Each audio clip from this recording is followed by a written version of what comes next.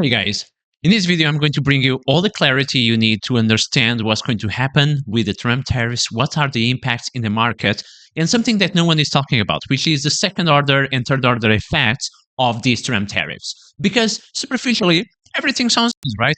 Tariffs will bring more industry to the US, will stimulate the economy, but we are not thinking, and Trump is not talking about the consequences of the consequences of the consequences. Because there are second and third order effects that I'm going to cover in this video. And I'm also going to cover what's going to happen in the market and how am I approaching these Trump tariffs when it comes to my investments. How am I investing actually to take huge advantage of the trade tariffs? And if you play this game correctly, you can make a shit ton of money from the current market situation. So let's get straight into it. Trump's trade war, can tariffs wipe out the markets? Is this economic patriotism or economic suicide? And what Trump wants to achieve with the tariffs is theoretically, it aims to protect and boost the American industry, right? So instead of buying products from China, we build the products within the US. Sounds good, right? It helps to decrease the trade deficit. Trade deficit simply means that we buy, the US in this case buys more from other countries than the other countries are buying more from the US, right? And if the US is buying more from other countries, money flows out of the US. Wealth is flowing from the US to other countries and not the other way around.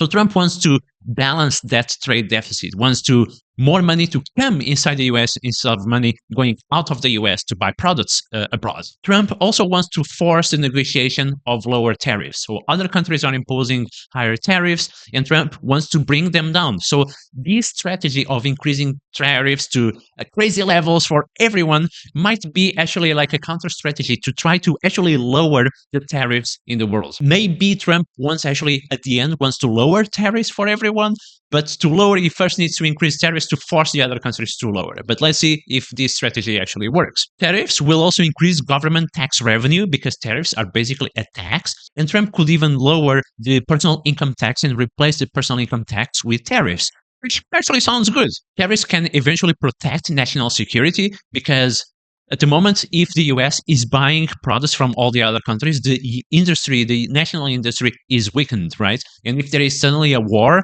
and there is no industry in the US because everything is manufactured abroad, that's not good for national security. And then finally, tariffs also aim to keep unemployment low, the unemployment rate, because you bring the industry back to the US, so supposedly keeps the unemployment rate low. Unemployment, which at the moment is not high anyway. It's like 4 point something percent. So everything sounds good in theory, right? The problem is that Trump might not be having into account the David Ricardo comparative advantage theory. The comparative advantage theory basically says that countries or companies should focus on what they do best, because if they do focus on what they do best, they will produce it at a lower cost and they can trade with other people. But let me just give you an example. Let's say for the sake of the example, you live in an isolated island where you only have two farms, your farm and your neighbor's farm. And you produce in your farm, you produce corn and chickens. And the chickens eat the corn that you produce. You are very good at producing corn because of the soil of your farm is amazing for corn. Your neighbor produces grapes for wine and beef. And his soil is very good for grapes and for beef, for the cows to pasture, and he has all the machinery necessary and like is really efficient doing grapes for wine and beef. And you guys trade with each other, right? You sell him corn and chickens, and he sells you grape and beef. And everyone is happy. Now imagine suddenly the government comes and says, no, now you need to pay 50% tariff to buy beef from your neighbor, to buy beef and grapes from your neighbor. Now you either increase your cost of living a lot because now you need to pay 50% more to buy grapes and wine and beef from your neighbor, or you build the infrastructure in your farm in order to produce the beef and all that stuff, which is not your specialty. So you need not to buy new machinery and learn how to produce beef. And this is not your specialty. So you will never be as good as your neighbor. And it's a lose-lose situation in this case, right? So in this case, the comparative advantage is destroyed and no one wins in this situation. And the world trade is basically millions of farms, of companies, of individuals, of manufacturers that are trading with each other freely. When two companies or two individuals trade with each other, they are in mutual interest, right? And this is what the free markets do. It's build wealth for everyone. And when you impose tariffs, you are decreasing this wealth that is created.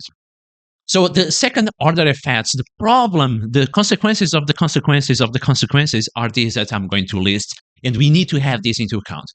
First, we have big supply chain disruptions, right? We have, like I said, millions of companies around the world that buy from each other. And it's not that linear that, oh, you impose 40 or 50% tariffs to China and it's all good. No, there are like many, many consequences for that. Consumer price will increase across all the sectors. The policy uncertainty undermines investment. So, how are companies going to decide to spend millions or billions of dollars building a factory in the US if they don't know if 2 or 3 or 4 years later the tariffs will revert, right? Would you invest $1 billion in US building a factory if you knew that once the new president comes after Trump, he will revert to tariffs? Probably not, right? So it's not very linear that, oh, we'll bring all the industry back to the US. You also have the trade war escalation risk because other countries, instead of lowering the tariffs in order to have the US lowering, they might just enter a fight, the trade war, and actually everyone is just increasing the tariffs, and this will be like world economic collapse. Profit margins of everyone will decline, business confidence drops, you have the inflation that gets higher because now what you need to pay for buying other products will increase, and it increases interest rates.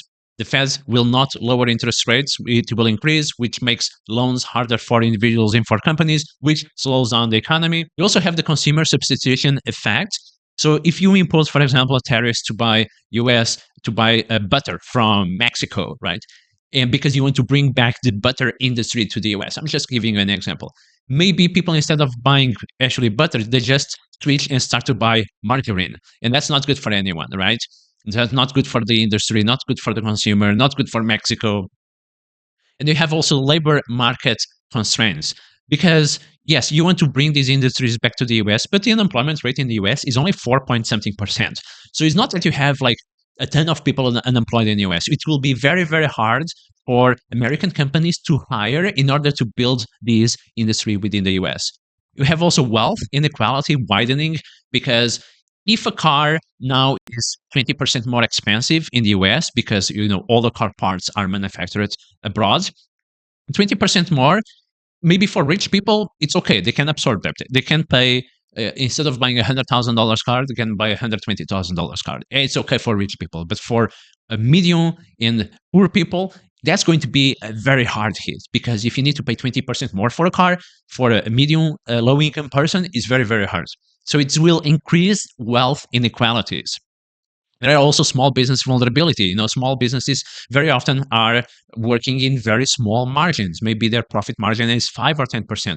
You slap a 20% tariff and their profit margin is gone. Small businesses can really be wiped out by this. And you have also the shadow economy effect. So black markets, if your tariffs are too high, you also have increasing criminal activity, people just smuggling products to avoid paying the tariffs, and that's not good for anyone. And finally, this creates a systemic trade fragility. So I'm very concerned about this. So what am I doing in this market situation? So as you can see here, let me put the chart since the beginning of the year. This is the S&P 500 since the beginning of the year. And as you can see, over the last 1 month has been dropping sharply, and over the last few days, it's a total disaster. So the S&P 500 was at 6,100 something points, and now it's 5,000 points. Dropped very, very sharply. And people are panicking, people are panic selling, and I'm doing the opposite. I'm actually buying more. And why am I buying more? This is most likely going to revert because these trade wars is not going to last forever. Trump is probably going to revert, he's going to negotiate. The Fed might be forced to decrease the interest rates. So good news will come sometime soon. And if we let's zoom out here, and if we look at big market crashes in the past, okay, let's zoom in here in the 1987 stock market crash. The 1987 stock market crash was a huge market crash. People went nuts. There was a lot of blood in the streets. But if you have invested during this period, you will actually do very well because the subsequent years until the 2000.com market crash were absolutely amazing. So either you didn't do anything or you bought the dip during the 1987 market crash, which was very, very hard, you'll be doing very well. So What I'm doing now is buying the dip. The same dot-com crash. If you bought the dip, you'll be doing well. The 2008 financial crisis. If you bought the dip, you'll be doing well. The COVID crash. It was a kind of a flash crash because it only lasted a couple of months. If you buy the dip, you'll be doing well. So I'm now buying the dip. So because what I know is that prices now of stocks, of companies, of crypto is 20 to 30% cheaper than they were a month ago. If the markets were going up 10, 20%, people are still buying, right? Now that you have a discount, you have a market discount of 20 to 30%, why not buying if you know that in the long term, stocks always perform well? You look at the S&P 500 over the last 100 years, and it doesn't make sense not to buy now. It's like going to your favorite shop, you see your favorite sneakers selling at 20% discount. You know that that discount will not last forever, and you still don't want to buy them because it's a discount. Okay, come on, let's go. Okay, now let me give you very important information that will show you that if you try to sit on the sidelines waiting for the market drop to finish, you most likely will lose money. Because the fact is that the best days in the market often happen very quickly after the worst days in the market. And let me show you here an example of what would happen if you miss the best days in the market. So I made this simulation investing $10,000 in the S&P 500 from 2002 until 2022. So we have a 20-year period, okay?